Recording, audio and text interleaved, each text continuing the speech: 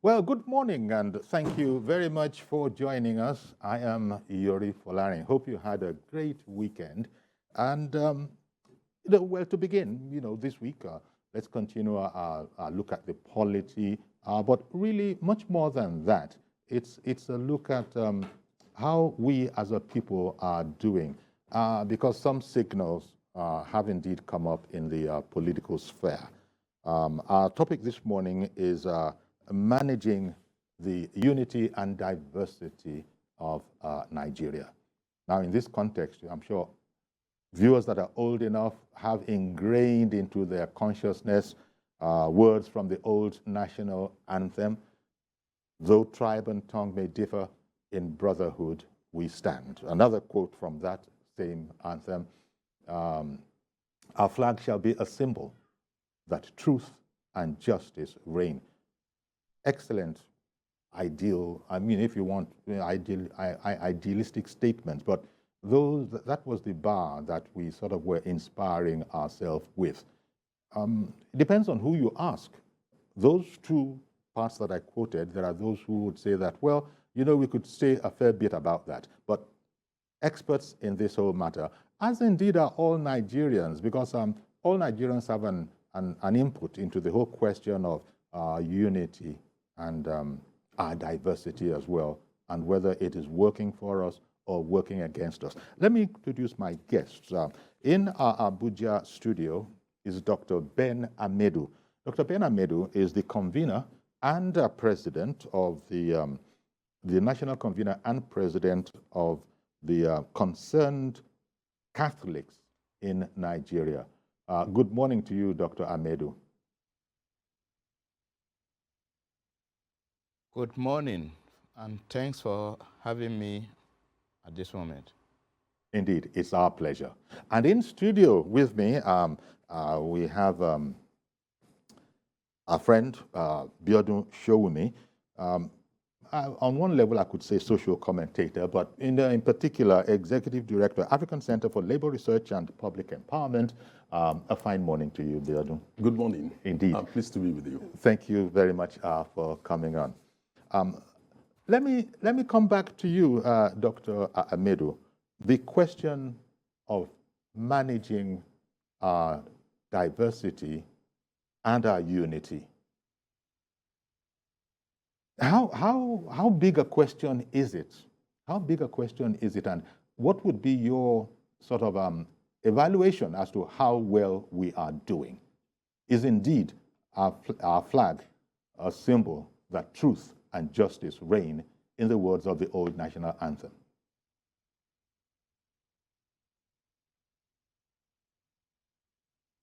Well, let me first start with an apology to listeners, because I might be tempted to make some statements that will not go down well with some people, and some others might feel impressed by whatever I will say. Well, management specifically is a coordinated utilization of resources and circumstances, especially to the benefit of society. And when we talk about unity, it is something that we cannot do without. It is an uncontestable thing. It is not negotiable. Diversity, on the other hand, is a situation of accident or circumstance of where you find yourself. Even nature itself is in diversity. It is only when human beings plan nature that you see them sort of dictated. If you listen back to our old national anthem, like you pointed out, you see that when people are aggrieved these days, some of them resort to singing the old national anthem, which is to tell you that what we used to look for is no more tenable. Therefore, we have to do something, anything at our disposal, to make sure we bring ourselves back to the old track. It is not too late yet how far we have gone, because if you've not gone too far, it is not too difficult to reverse to your old self. It is only the younger generation who were not part of that old national anthem who will go into what is called displacement activity. When you are angry over something, you destroy whatever you find around yourself. That is not what we agitate for. Okay, indeed. That's not what we're agitating for. Let me bring it to Mr. Biodun Sowunmi in studio. Those two I cited, but you don't need to feel limited to them in case there are others. It just sort of stuck out within the context of our subject of conversation this morning. Our flag shall be a symbol that truth and justice reign, and then, though tribe and tongue may differ, in brotherhood we stand. Those are two poignant statements that most kids our age, have ingrained. Well, most people who were kids, you just have it ingrained because they're coming from 1960 and independence. They learned that whole national anthem. So, what would be your assessment of how well we're doing, in the words of the old national anthem, that our flag shall be our symbol, though truth and though tribe and tongue may differ, in brotherhood we stand. Let's look at the brotherhood part first. Yes, when you look at the whole national anthem, it's quite very interesting. It is. And I think it's probably the best anthem which we have, when you talk about foundational stage in life, when we got our independence, it's quite recognized our diversity, either in terms of religion, ethnic, or whatever, and then, actually, I try to highlight the fact that this diverse nature, religion, people, should not necessarily be mitigate against the nation. Rather, it should help us to build a brotherhood in which we are all one. We see each other as one, and the founding principles were actually laid out in terms of justice, fairness, equity, were clearly written all over that anthem. But by the time we changed from that to very Arise, hopeful. Sorry, the words were very, very hopeful. Very, very hopeful. We were hoping to build a great nation of black people living in brotherhood, celebrating our diversity, not using it against the whole nation, and also projecting the image of the black man from the Nigerian viewpoint, from the Nigerian flag, where the Nigerians, black people all over the world would actually found a home. And when you consider the foreign policy that we operated, under the whole national anthem, Africa was the centerpiece of our foreign policy. It was very, very clear. We played major roles in liberation of other countries in Africa. We promoted the concept of brotherhood. We promoted justice. We promoted equality of people, including in Southern Africa, not just South Africa, the whole of Southern Africa. And that drove the agenda, the foreign policy of our country. That defined who we are. Mm-hmm. And the whole world related to us. In a continental context. In a continental context. But now, among ourselves, among our brethren and sisters, getting on with our lives, those very values have been challenged before in our historical development. Absolutely. We've had several challenges thrown at the nature of the Nigerian state, whether in form of its organization, management, or outright attempt to decapitate it. We've had that. We can't deny the fact that we went through the Rossi coup, the Nzegu coup, the military pushback, and then leading to Gowon. We can't deny several military coups that had happened.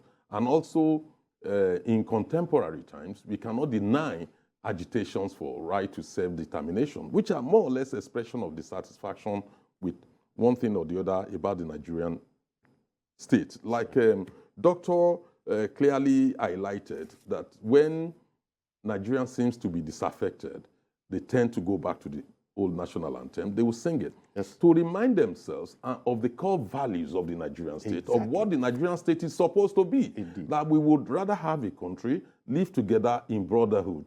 And it's always, that is when we go back to that as a sign of rebellion, to highlight the fact that Nigeria is no longer, or is drifting away from its core, set out objectives. A sign of rebellion, if not nostalgia, because there are still some idealists who hold fast to those very, the notions in that anthem, that though tribe and tongue may differ, in brotherhood we stand. Now, as you know, you've just explained, there are quite a number of indices that sort of would tend to try to rend us asunder if they could. Dr. Amedu, coming back to you, as you know, there's a conversation going on now that is stemming from the political arena, the political sphere.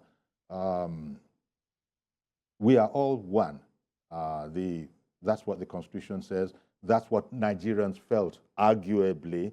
But now, for example, with the choice of the presidential candidate of APC, of a fellow Muslim, the whole question, conversation, debate has erupted all over again. And we're hearing that, look, what happened to our oneness, our unity in our diversity, be it language, be it religion? It's just Nigerians. Would you like to comment on that, Dr. Amedu?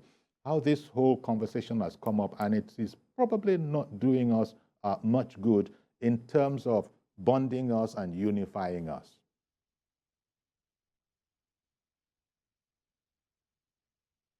Well, I think the whole thing boils around misunderstanding by individuals. For me, as a person and as an instance of a Nigerian, an average Nigerian, I happen to come from a background of mixed religion. In my maternal origin, I grew up to know an elder brother to my mother, a maternal uncle, who was the traditional chief of the community. He was a Muslim. His children, his family are all Muslims. I come from a Christian background. What people don't understand is religiosity is about upbringing and circumstance of where you find yourself, like I said from the beginning. During holidays, when we go to stay together, we eat together, we drink together, we sleep on the same bed together. And to me in life, I have never understood why people should disagree based on religion. When we were together, if it was on a Sunday and you didn't go to church, the Muslim brothers will remind you, if you didn't go to church today, we will not allow you to eat in the house. Even me as a Christian to this moment, the number of friends I have, I know the number of times Muslims pray on a daily basis. Once we are together, anytime it's time for prayers, I will remind them too, because that's what I have been used to and I know how to do. So when people misunderstand religion, but based on calling or faith and whatever, and bring in the disharmony among them, it has been very strange to me. But we have found ourselves in a situation where people have imposed that on us, and people seem not to understand the real concept of united living any longer. Indeed. Well, what happens in Nigeria for now is, I think partly our leaders have disappointed us in terms of making us know the difference between religions. The first thing to do in this country to make it work well is to remove religion from our curricula. Any form you are filling in this country, your religion, and in fact, even your state of origin should not be there. When nobody knows where you come from and knows your religious background or religious leaning, then they will now be judged on grounds of merit. That is the only way we can come out of it. Indeed. It's an I'll come back assignment to to you, the National Doctor. Assembly in I beg your pardon. constitutional I'll come back amendment. to you. Interesting suggestion there. If you were to remove, issues like state or religion from all official forms, so people don't really know where you come from or what your religion is. Not to hide it, but from a perspective of who cares? Is he a Nigerian? That's, so remove it. It doesn't count, is probably what the good doctor is saying. It doesn't count in terms of, your endeavors and your progress in this land, in Nigeria. Coming to that, at the moment, the way you hear people on both sides of the conversation, it's like that ideal is yet to be reached, so much so that it has been politicized now. For instance, it is said that some groups, some Christian groups, take exception to the fact that the president, the presidential candidate of the APC has indeed made the choice that he has made. Some Muslim groups have also been speaking up, in their own way for it. That religion should be removed from, I don't know if when Dr. Amedu said religion should be removed from, I don't know, did he include schools? I was a bit concerned that, does this go back to America where they are removing every aspect, are trying to remove aspects of religion from their official, waiting call, so to speak. Surely we can still learn in school through Islamic religious knowledge and Bible. What is the Christian version? The Christian religious knowledge. Christian religious knowledge. CRK. Yeah. CRK, and also Islamic religious knowledge. There is no harm. Let that continue, right? Is that your view? Look, honestly speaking, Dr. Amedu has tried to profile a solution to the problem. That is, the people are not actually saying it as it is. The issue of discrimination between, amongst Nigerians, a black man discriminating against another black man, a Nigerian discriminating against another Nigerian, is not just about religion. They use ethnicity, to do that. I guess that is why it's saying that, look, remove that so that nobody knows where you are from. Yeah, it doesn't matter. Of course, you can second guess using name, but that will reduce the problem. And it shows that it's not an overriding factor. Absolutely. And it's not only that, the emphasis on civic education is what I think I'll add to what he said.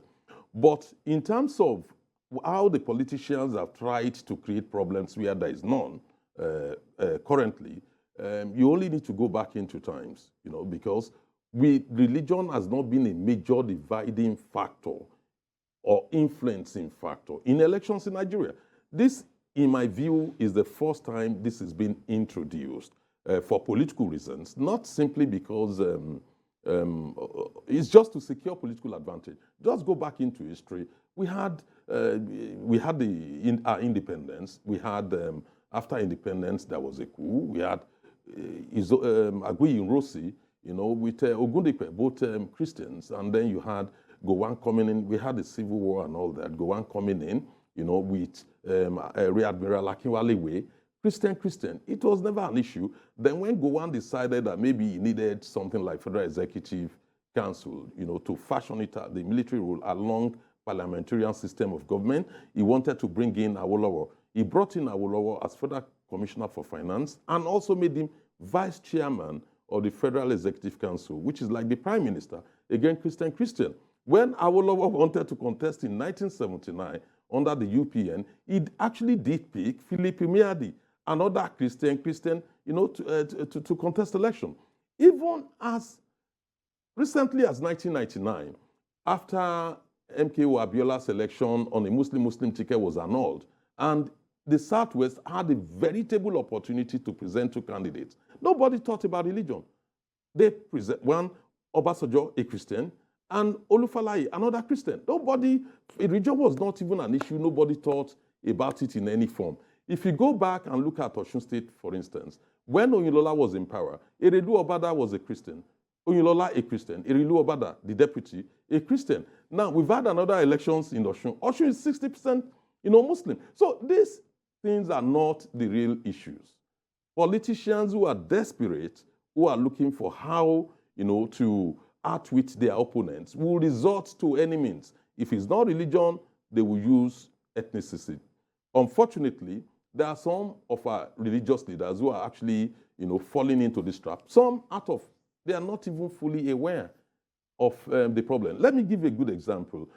People would say, oh, yeah, we are afraid of Islamization and all that. That may be true in some parts of the country, but it's certainly not true in the South. The simple reason is, apart from Oyetola of Osun State, today, all the governors in the whole South, I'm not saying Southwest, are Christians. In Ondo State, the first deputy governor, or governor, no governor has ever been a Muslim. The first deputy governor, happens to be Alhaji Olanusi. He was actually even removed from office, and it didn't create a problem that, oh, the only Muslim that had managed to be deputy governor, you are removing him and all that. And they have a substantial population of Muslims. The first Muslim in Ogun State to be a governor, it was Amosun. It didn't create a problem. In Lagos, we've had 2 Muslims, 2 Christians, Ashwaju, Tinubu, Raji Fashola, then we had Ambode and then Sanwo-Olu. These things are not issues and people at all. Don't even remember their religions. No. In Ondo State, in Ekiti State, we've never had either a deputy or the governor as a Muslim. And nobody talks about it. These are not real issues. Desperate politicians brought in this issue. Indeed. Let me give you a good example of our dear friend in Edo State. Edo State, if you go to the whole of Edo North, is virtually Muslim. Auchi and all these areas, they are virtually Muslim. Philip, my friend Philip, the deputy governor, is from Edo North, but he's a Christian. Philip Shaibu. The governor is also a Christian. And it didn't create a problem when people wanted to vote. So when the issue of Muslim issue erupted in APC, I just laughed. I said, oh, look, ask yourself a question. The placeholder before Shetima was announced, the placeholder, Masari, is a Muslim. But nobody remembered that, oh, that placeholder is a Muslim. Nobody commented on that. And in my view, when you look at the politics, even within the PDP, I did speak to a friend of mine who is a pastor of Winners, and we were having a conversation over the weekend, and I asked him a question. I said, even from the argument, from your viewpoint, do you as a Christian think this is the right thing to do, this is the right way to go? Why are you playing second fiddle role? Why are you not advocating that a Christian should be the president? Why are you contented on deputy governor? He said, well, we didn't have the opportunity. I said, no, hang on a minute, you had. PDP had rotational presidency in their constitution, written in the constitution. Wike was bidding for it. We all knew how Wike got outwitted, by Atiku with the support of Tambuwal, but nobody cried foul. Hang on a minute, oh, this is an opportunity to have a Southerner Christian as, and Wike is a Christian. So nobody said anything about that. Why are we focusing on this issue of Muslim ticket? Will a Muslim ticket change the leadership or change the progress of the country? Will a Christian president, bring development? We have had all of them in history. Jonathan, a Christian, we have had all of them. And the fact of the problem is that the Nigerian crisis remains. So it's not about religion, it's about leadership. We need the right person, with the experience and the skills, proven experience to steer us out of the mess we are in already. Because it's not compounded only by poor leadership at home, it's also compounded by things happening in other parts of the world. Okay, Dr. Amedu, what do you think of religious leaders who also, shall we say, are falling victim to this, dare I say it, this contentious narrative, and indeed seem to be supporting it by telling their folds, what to do, which never used to be the case, not from the perspective of religion. One doesn't need to go into names here, But it has been worrisome because if there had been silence on that particular topic from the pulpits, maybe one would not have been as concerned. What do you think of religious leaders who are doing so? Is it that they're exercising their rights, or do you think they are mistaken, genuinely and sincerely mistaken? Well, every human being is entitled to his or her right. But right is not total in anything you find in life. Everything is controlled by circumstances and by where you find yourself. You know, for religious leaders to be taking sides, it becomes unfortunate because they are actually supposed to be instruments of unity, instruments of hope for people. Like I used to tell people, at my age and orientation and disposition and experience and exposure or whatever, I should be an instrument of encouragement to the younger generation. So if I behave otherwise and I scare them of their future, it means I have failed in my responsibilities. Well, yes, indeed. But as you just said, everybody that is not has the right acceptable. to their opinion. We prayed for them to have a rethink in their mind and see what they can do so that they nurture their flocks correctly. Well, yeah. You know, famously, is it Karl Marx who has been quoted as religion being the opium of the masses? And of course, opium is a drug. When you are under the influence of opium, you're not going to behave, it is thought, like most rational human beings. And right there, that very important sentiment, you know, seems to be, it seems that it is being violated by people on both sides of the divide who are suddenly not calling for expertise, competence, skill, but instead rather are calling for their own particular faith. And it seems the danger in this is that, look, whatever be the competency level of such a person, nevertheless, we shall manage it. We have heard such sentiments expressed in totally different contexts as, it is our own, it is your money lost. You know, when you try to make a case against something that you consider as morally questionable, people have answered you that, what is your concern inside? So we have this situation in here. Do you have any notion that this can be halted with better understanding, especially the excellent point you make, sir, if I may say so, that religion is largely a function of where you happen to find yourself and where you were brought up. If it were Buddhism that was practiced in that environment, you're probably going to end up a Buddhist.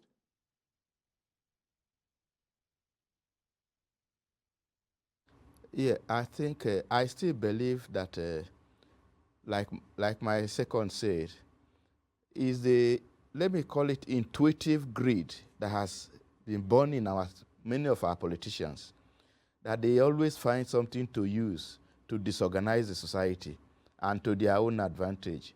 Unfortunately, what democracy has turned into in this country is an unfortunate development. I'm not saying that the military is better off, but in the military government, a man from Sokoto will be posted to Lagos or posted to Oyo or posted to Akwa Ibom, and he will work very well. But now it comes to a situation that even a politician of... Okay, we're having issues with the connectivity. Assembly or even the governor or councillor or chairman of a local government.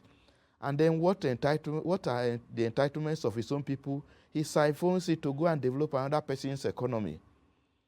It's a very negative development that where we find ourselves becomes very difficult. If we are not careful, the children who do not know what was on ground before might rise up one day and chase us, the elders, away from our own land. That is where we have to make it a caution to the older generation who are in control right now. I have known much about Nigeria to an extent, and reasonably too, that most of the things that happen in this country is that people are quickly misunderstood. And whatever you say will be misconstrued that what you have said is different from what actually you meant to say. If not, why would a politician go to the extent of dividing his own people so that some people will vote for him and others will vote against him? It means you are not meant to come there as a leader of the people. If you come for the people, by the time you become elected or voted into office, you become the leader of the whole. That time you do not belong partisan any longer. But unfortunately, what they step into from the beginning, it is like breaking down the bridge that has taken you across the river so that nobody passes through the same bridge any longer. It's an unfortunate development that has happened in this country. Our politicians need prayers. But of course, prayers without works will not work.